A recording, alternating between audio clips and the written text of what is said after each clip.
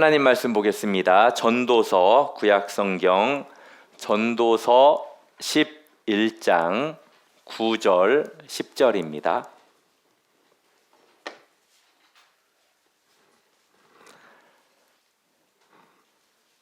(959쪽) 제가 가지고 있는 성경책은 전도서 11장 9절 10절. 제가 9절 읽겠습니다. 청년이여 내 어린 때를 즐거워하며 내 청년의 날들을 마음에 기뻐하여 마음에 원하는 길들과 내 눈이 보는 대로 행하라. 그러나 하나님이 이 모든 일로 말미암아 너를 심판하실 줄 알라. 그런즉 근심이 내 마음에서 떠나게 하며 악이 내 몸에서 물러가게 하라. 어릴 때와 검은 머리의 시절이 다 헛되니라. 아멘.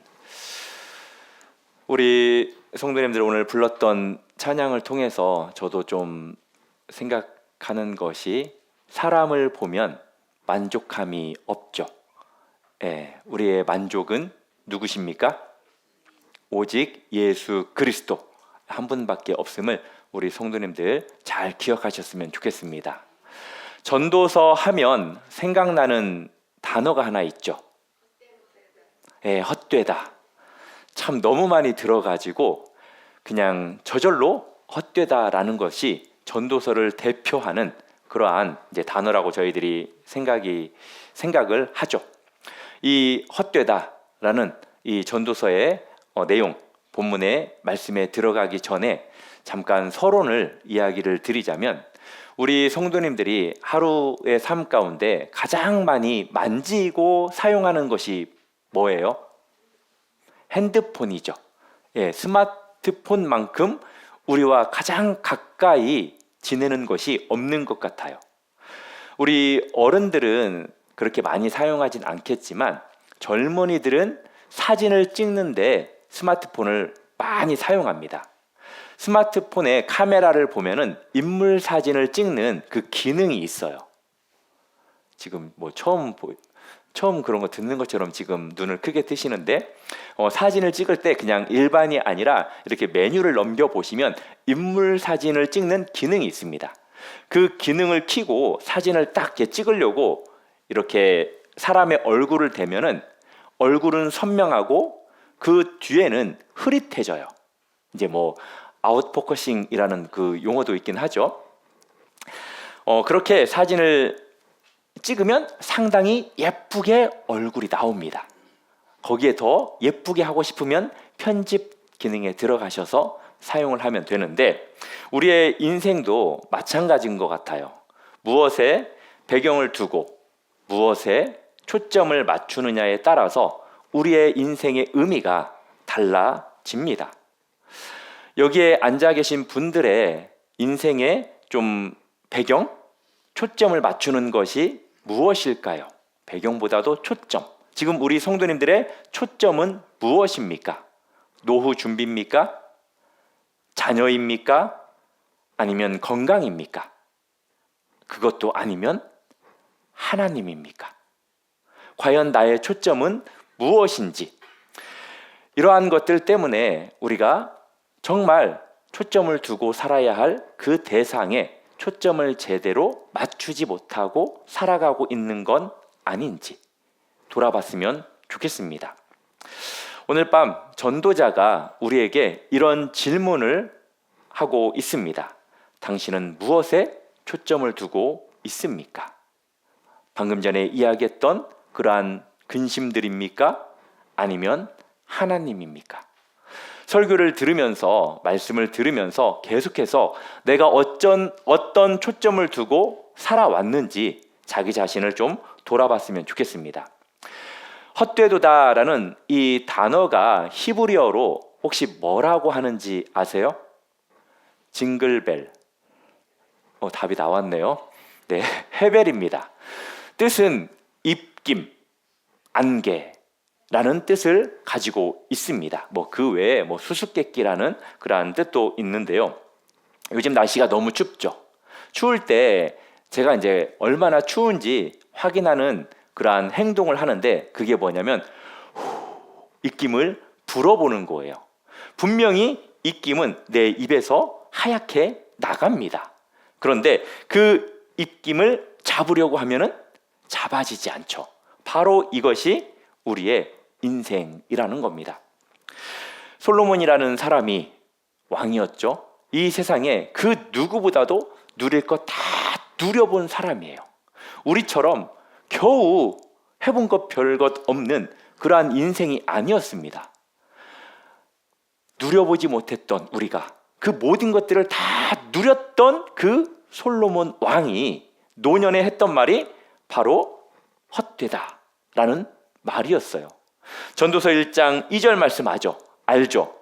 헛되고 헛되며 헛되고 헛되니 모든 것이 헛되도다. 몇 번이나 지금 한 절에 언급이 됐습니까? 5번이나 언급이 됐어요. 여러 번 언급이 된다라는 것은 강조한다라는 의미거든요. 그만큼 솔로몬이라는 사람이 이렇게 인생을 살아보니까, 다 누려보니까 결국은 헛되더라.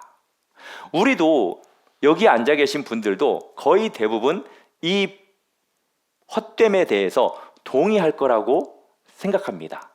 저도 아주 자주 이야기하는 말이 바로 이거예요. 그래서 뭐 어쩌라고, 참 의미 없다, 헛되다 라는 말을 많이 하는데요. 나이가 들면 들어갈수록 이런 말이 저절로 나올 수밖에 없는 것 같아요. 특별히 누군가가 가까운 사람, 특별히 가까운 사람의 가까운 사람이 소천했을 때, 그런 때 보면은 참 인생의 헛됨을 느낍니다. 그리고 자녀를 위해서 그렇게 노력했는데 자녀들의 삶이 변하지 않는 그러한 것을 보면서도 참 헛되다라고, 허무하다라고 느낄 때가 있습니다.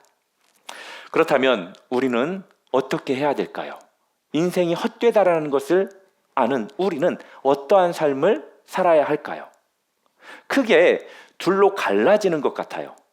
이제 한 부류의 사람은, 그래, 인생은 짧으니까 더 열심히 살아야지, 더 악착같이 모아야지 라고 생각하는 사람들이 있습니다.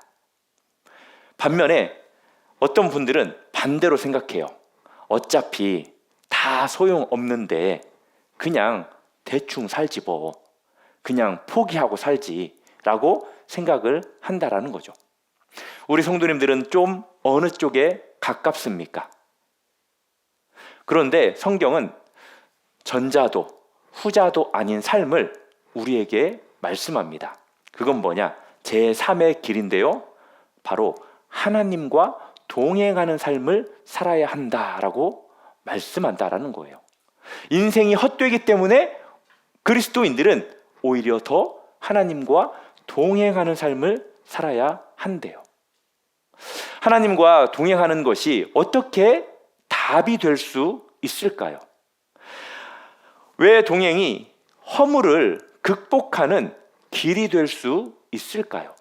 몇 가지 답을 드리자면, 첫 번째, 동행은 시간의 의미를 바꾸기 때문입니다.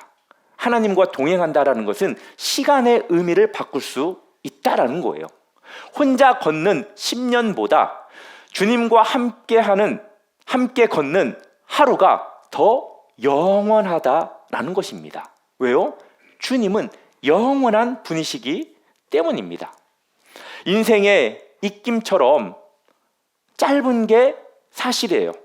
인생은 입김처럼 짧은 게 사실입니다. 하지만 그 짧은 입김 속에서 영원하신 하나님과 함께 걷는다면 그 순간은 어디 속에 있는 거예요? 영원 속에 있는 것입니다. 믿으십니까? 그리고 하나님과의 동행은 무엇을 바꿀 수 있냐면 목적지를 바꿀 수 있습니다. 세상 사람들의 목적지는 어디예요? 죽음입니다. 죽음. 그들은 죽음이면 끝이에요. 그렇지만 하나님과 동행하는 사람들에게 있어서 목적지는 어디입니까? 영생입니다. 영생. 영원한 천국이 바로 우리의 목적지라는 거예요. 우리는 사라지는 입김이 아니라 우리는 영원을 향해서 걷고 있는 사람들이라는 사실을 기억하시기 바랍니다. 그리고 마지막 세 번째, 하나님과 함께 동행하는 것은 무엇을 바꾸냐면 평가 기준을 바꾸는 거예요. 세상 사람들은 얼마나 많은 것을 이루었는가가 평가 기준이죠. 그렇지만 하나님과 동행하는 사람들은 누구와 함께 걸었는가가 바로 우리 인생의 가치요, 평가 기준이라는 겁니다.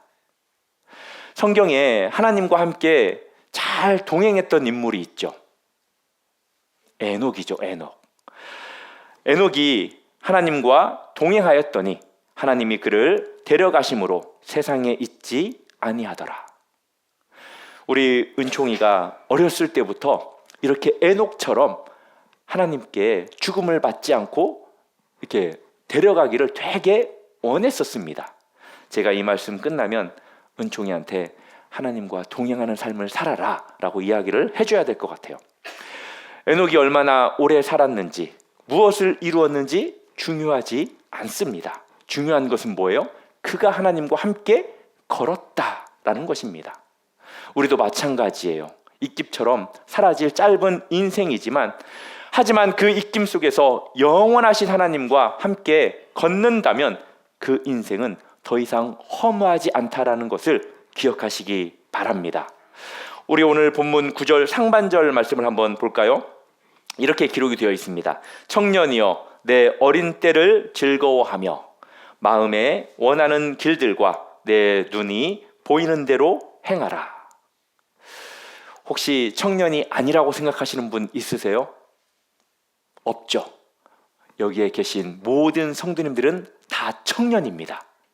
마음이 청년이고 인생은 60부터이기 때문에 청년입니다. 무조건 청년이라고 생각하셔야 돼요. 네.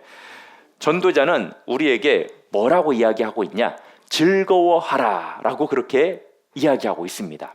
여기에서 즐거워하라, 이게 방종을 말하는 게 아니에요. 네 맘대로 막 행복하게 막 누리면서 살아라, 그것을 말하는 것이 아니라 하나님이 주신 오늘, 이 오늘이라는 선물을 외면하지 말라라는 뜻입니다. 내일을 걱정해서, 다음 달을 걱정해서, 1년을 걱정하고 10년을 걱정해서 그것에 사로잡혀서 오늘이라는 그 은혜를 놓치지 말라라는 의미예요.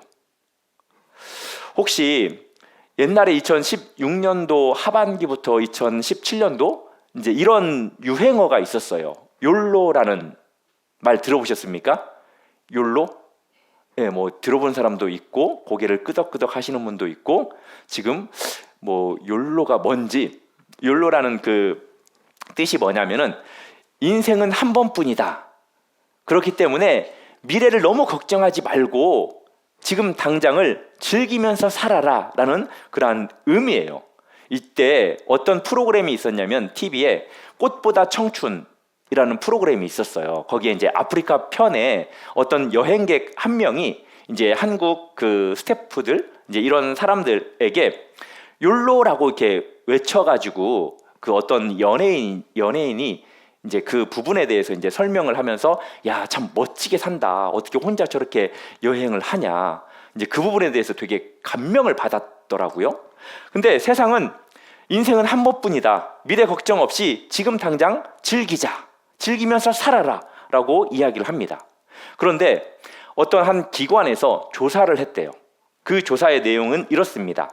하고 싶은 대로 살고 싶다 라고 응답한 사람들이 74%라고 합니다.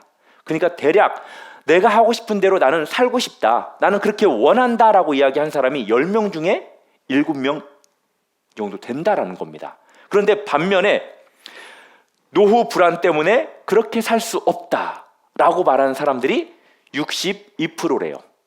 그러면 어떻게 살겠다는 거예요? 그렇죠. 결국 우리의 삶은 갇혀있는 삶이에요. 그렇지 않습니까? 오늘을 즐기지도 못하고 미래도 불안해합니다. 오늘 집중하자니, 오늘 즐겁게 살자니 내일이 걱정되고, 내일을 준비하자니 오늘이 아깝고, 참 이런 삶을 우리가 살아갑니다. 성경은 전혀 다른 길을 제시해요. 욜로는 내일을 포기하지 말고 오늘만 살자. 또 세상들은 그렇게 제시하죠. 오늘을 희생해야 내일을 준비한다. 많은 노후 준비가들이 지금 즐기면 나중에 그 박 찬다고 하잖아요. 어떤 박이요? 네, 쪽박 찬다고 하잖아요. 그래서 세월을 아껴서 준비를 해야 된다라고 이야기를 합니다. 그런데 우리의 성경, 이 하나님의 말씀은 우리에게 제3의 길을 제시하는데 그게 뭐냐? 내일을 하나님께 맡기고 오늘을 하나님과 함께 살아라. 내일은 하나님께 맡기고 오늘은 누구와 살래요? 세상이 아니라 하나님과 살라고 이야기합니다. 바로 이것이 우리가 이 세상을 살아갈 바로 동행의 지혜라는 사실이에요. 전도자는 그 다음에 다음과 같이 이야기를 합니다. 9절 하반절인데요. 그러나 하나님이 이 모든 일로 말미암아 너를 심판하실 줄 알라. 이것은 우리를 겁주려는 게 아니에요. 이 말씀이 약간 부담스럽죠. 그런데 이 말씀은 하나님께서 우리에게 주시는 사랑의 울타리와 같습니다. 자녀들이 너무 많이 먹을 때 우리가 그렇게 이야기를 하잖아요. 야, 적당히 먹어. 너 그러다가 배탈 나. 라고 이야기를 하잖아요. 그런 거와 같아요. 하나님께서 우리에게 이렇게 말씀하시거든요. 오늘을 즐겨라. 그러나 내 앞에서 나와 함께 걸으면서 즐겨라 라고 말씀하는 것과 같다라는 거예요. 심판이 있다라는 사실이 우리에게 유익일까요? 아니면 불유익일까요? 맞아요. 유익입니다. 왜 유익인지 아세요? 심판이 없으면 어떨 것 같으세요? 인생의 의미가 있을까요? 없을까요? 심판이 없으면 인생의 의미가 없기 때문에 심판이 우리에게 유익하다라는 거예요. 왜냐? 심판이 없으면 우리의 선택도 무의미하기 때문이에요. 그렇지 않겠습니까? 어떻게 살든 다 똑같다면 왜 애쓰겠어요? 우리가 애쓰는 이유는 뭐예요? 한편으로는 하나님 앞에서 심판을 받아야 하기 때문 아닙니까? 우리가 착하게 살려고 노력하는 것, 우리가 예의 바르게 살려고 노력하는 것, 매너 있게 살려고 노력하는 것, 이 모든 것이 결국은 심판이라는 것 때문에 아닙니까? 저는 어렸을 때부터 되게 힘들게 나름 살았어요. 대부분 모태신앙들은 좀 힘들게 살아요. 왜 그렇죠? 그렇지 않으면 욕 얻어먹으니까. 나만 욕 얻어먹으면 좋은데 누구를 욕해요? 예, 우리 엄마가 욕 얻어먹는 게 너무 부담스러웠어요. 우리 아빠가 욕 얻어먹는 건 당연히 부담스럽죠. 그리고 이제 어머니는 야, 나는 욕 얻어먹는 거 괜찮다. 하나님이 욕되게 만들면 안 된다 라는 말을 하도 많이 하셔가지고 이 절제된 삶을 살다가 고등학교 때 약간 살짝 이렇게 했었어요. 저도 살짝. 그런데 그렇게 티는 많이 나진 않았었어요. 다행히. 그래서 그 시간을 보냈는데 아무튼 우리의 하루하루를 누가 기억하십니까? 하나님이 다 기억하시거든요. 그래서 우리의 선택이 아주 중요합니다. 하나님은 우리가 어떤 선택들을 하루에 어떻게 하느냐를 상당히 관심 있게 보신다라는 거예요. 하나님은 우리의 중심을 다 아시거든요. 그리고 두 번째로 심판이 있다는 것은 우리의 자유에 무엇이 따르기 때문이냐면 책임이 따르기 때문입니다. 우리가 마음대로 산다고 해서 다른 사람들을 해코지하면 안 된다는 거예요. 다른 사람들을 해치면서 살 수는 없다라는 겁니다. 진정한 자유는 무엇이 따릅니까? 책임이 따르거든요. 이래서 중요한 건 뭐냐? 결국 우리가 이렇게 이제 심판 앞에서의 삶을 사는데 우리는 또 심판을 받지 않는 자들이잖아요. 왜 그렇습니까? 예수님께서 이미 우리의 정죄를 대신 받으셨기 때문에. 그래서 사랑하는 성도 여러분, 우리 성도님들이 미래를 생각할 때 두려워하지 마시고 우리 성도님들은 기대하시면서 살았으면 좋겠습니다. 아멘이십니까? 그래서 금요일 날도 하나님을 기대하면서 기도했으면 좋겠어요. 하나님을 갈망하면서 기도했으면 좋겠습니다. 미래는 제가 말씀드렸죠. 저는 미래는 항상 해피해요. 내 마음대로 하나님을 기대할 수 있기 때문에, 갈망할 수 있기 때문에. 그래서 제가 옛날에 그런 생각들을 많이 했었거든요. 30만 평 땅을 사서 어떻게 내가 누리면서 살 건가. 그리고 제가 집은 몇 층짜리 집을 짓고 살았는지 아세요? 3층짜리 집을 그렇게 지었다가 부셨다가 지었다가 부셨다가 연못 만들었다가 울타리 만들었다가 이 돌 이거 디딤돌 만들었다가 3층짜리 집을 정말 제가 하루에도 몇 번씩 짓고 부시고 지키고 부시고 막 그렇게 했었어요. 이게 미래를 하나님께서 나에게 주실 것을 기대하면서 그렇게 살았었습니다. 근데 제가 너무나 그렇게 하니까 기도원 원장님이 너무나 허황된 꿈 꾸지 말라고 또 하시더라고요. 사랑하는 성도 여러분, 아무튼 미래는 두려워하지 마시고 미래를 기대하면서 살기를 바랍니다. 사도 바울이 이 부분에 대해서 로마서에서 이렇게 말씀했습니다. 그러므로 이제 그리스도 예수 안에 있는 자에게는 결코 정죄함이 없나니 심판이 있지만 우리는 자유롭습니다. 아멘이십니까? 예수님께서 우리의 죄를 다 대신 용서해 주셨습니다. 본인이 친히 십자가에서 정죄 받으셨어요. 그리고 그 예수님께서 우리와 함께 하십니다. 우리는 하나님 앞에서 코람데오 책임 있게 주님과 동행하면서 그리고 기쁘게 살면 되는 거예요. 믿으십니까? 이제 10절 상반부 10절 상반절 말씀 보시겠습니까? 근심이 내 마음을 떠나게 하며. 솔직히 이 자리에 지금 앉아서 말씀을 듣지만 마음속에 근심들은 다 있잖아요. 참 이게 어려운 명령입니다. 쉽지 않은 명령이에요. 근심하지 말라.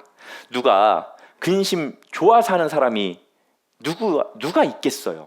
그 누구도 근심을 좋아할 사람은 없습니다. 그런데 우리에게는 근심들, 걱정거리들이 있다라는 거예요. 과연 나의 자녀는 언제 좋은 직장에 들어갈까? 그리고 언제 결혼을 할까? 언제 애를 낳을까? 그리고 나의 건강은 언제까지 좋을까? 그리고 나의 노후는 어떻게 될까? 은퇴 후에 나의 생활은 넉넉할까? 그리고 살아계신 나의 부모님들의 그 병원비, 치료비, 기타 등등 이러한 것들은 어떻게 감당할까? 생각하면 파도처럼 밀려오는 게 근심입니다. 그런데 이 근심의 정체가 무엇냐는 거예요. 우리 성도님들이 근심하는데 그 근심의 정체는 뭡니까? 다른 것이 아니라 내가 통제해야 한다라는 생각입니다. 그렇지 않습니까? 내 자녀도 내가 책임져 줘야 될 것 같은, 그리고 내 부모님도 내가 책임져 줘야 될 것 같은, 내 미래도 마찬가지고 내 건강, 내 생명도 마찬가지로 내 통제 아래에 있어야 된다라는 그러한 착각 때문이라는 거예요. 사랑하는 성도 여러분, 성경은 분명히 우리에게 이야기합니다. 너희 중에 누가 염려함으로 그 키를 한 자라도 더할 수 있겠느냐? 제가 이 말씀 때문에 키 크는 걸 포기했었습니다. 근심은 우리를 보호하지 않아요. 오히려 우리의 평안을 빼앗아갈 뿐입니다. 그렇기 때문에 이런 자녀들에 대한 생각들, 부모님에 대한 생각들, 그리고 내 미래에 대한 생각들, 근심으로 나에게 찾아오면 우리는 계속해서 쫓아내야 돼요. 전도서는 우리에게 근심을 내려놓으라 라고 분명히 명령합니다. 그리고 결론에서도 이야기를 해요. 그 해결 방법은 하나님을 경외하는 것이다. 두려워하는 것이 아니라 하나님을 신뢰하라라는 거예요. 예수님께서도 이 땅에 오셔서 우리에게 확실하게 근심하지 말라라고 말씀합니다. 우리 요한복음 14장 1절 말씀 읽어볼까요? 시작.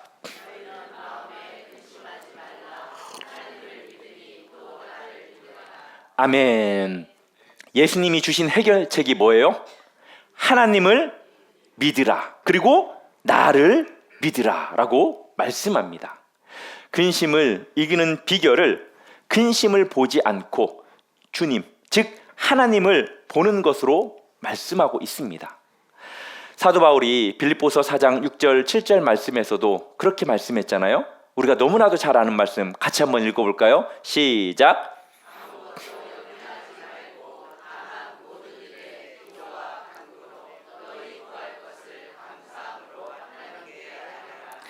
그리하면 모든 지각에 뛰어난 하나님의 평강이 그리스도 예수 안에서 너희 마음과 생각을 지키시리라. 아멘. 근심을 내려놓는 걸 어려워하지 않기를 바랍니다. 그것은 무책임한 일이야 라고 생각하지 않기를 바랍니다. 오히려 근심을 내려놓는 것이 진정한 책임자 되시는 하나님께 맡기는 것이기 때문입니다. 믿으십니까? 마태복음 14장 말씀을 보면은 베드로가 물 위를 걷는 사건이 나오잖아요. 이 이야기는 우리가 너무나도 잘 알죠. 베드로가 처음에는 예수님만 바라보면서 물 위를 걷다가 그만 예수님이 아닌 무엇을 봤죠? 파도를, 바람을 보는 순간 빠져들었다라는 거예요. 예수님께서 베드로를 어떻게 책망합니까? 믿음이 작은 자여 왜 의심하였느냐. 베드로의 문제는 물이 거세게 파도가 일어난 것이 문제가 아니었습니다. 그의 문제는 예수님을 똑바로 계속해서 바라보지 않았기 때문이라는 거예요. 근심, 걱정의 파도는 계속 밀려옵니다. 노후, 자녀, 건강 이것들은 계속 밀려와요. 그렇지만 우리는 파도 위를 걸어오시는 주님을 바라봐야 합니다.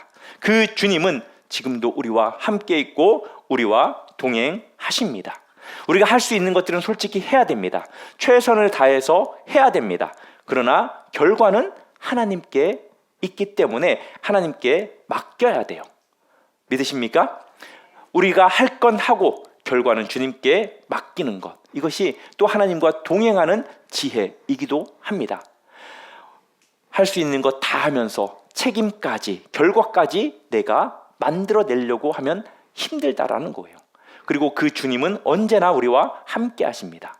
10절 하반절에 보면은 악이 내 몸에서 물러가게 하라. 이것이 근심을 떠나게 하는 방법 중에 또 하나라고 전도자는 말합니다. 왜 악을 멀리해야 할까요?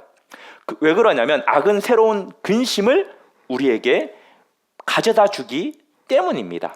잘못된 선택, 정직하지 못한 행동, 이기적인 결정, 이것들이 당장은 위기를 모면하기 위해서, 또 당장은 그것 때문에 그런 선택들이 편할 수도 있습니다. 그렇지만 시간이 지나면 더 큰 근심거리가 되기도 한다라는 거죠.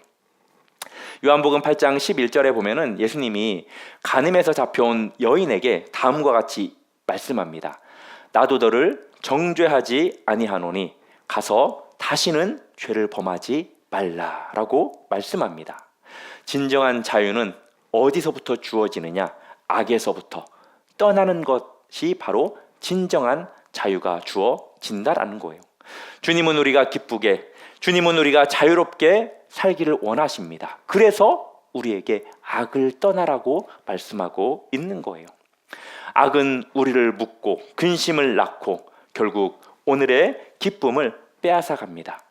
거룩한 삶은 무엇입니까? 주님과 동행하는 삶입니다. 그리고 그 거룩함이 진정으로 우리를 자유롭게 한다라는 사실을 기억하시기를 바랍니다. 이제 말씀을 맺겠습니다. 인생은 입김처럼 짧습니다. 10절 맨 마지막 절 한번 보시겠습니까? 어릴 때와 검은 머리의 시절이 다 헛되니라. 우리의 청춘도, 우리의 중년도, 우리의 노년도 모두 입김처럼 지나갑니다. 하지만 그 짧은 인생 가운데 하나님과 동행한다면 어떻겠습니까?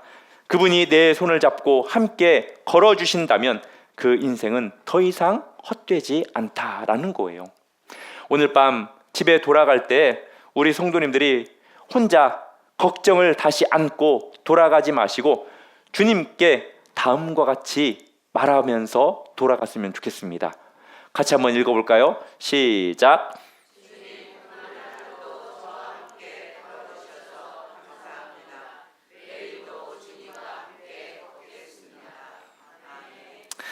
자녀의 걱정이 마음을 짓누를 때 주님께 맡기시고요. 건강이 염려될 때 주님의 손을 붙잡으십시오. 노후가 불안할 때는 하나님의 약속을 또 기억하십시오. 우리는 혼자가 아닙니다. 다음도 한번 띄워주시겠습니까? 같이 읽겠습니다. 시작. 입김 같은 이 인생을 영원하신 하나님과 함께 걷는 것, 이것이 허물을 이기는 유일한 길입니다. 아멘.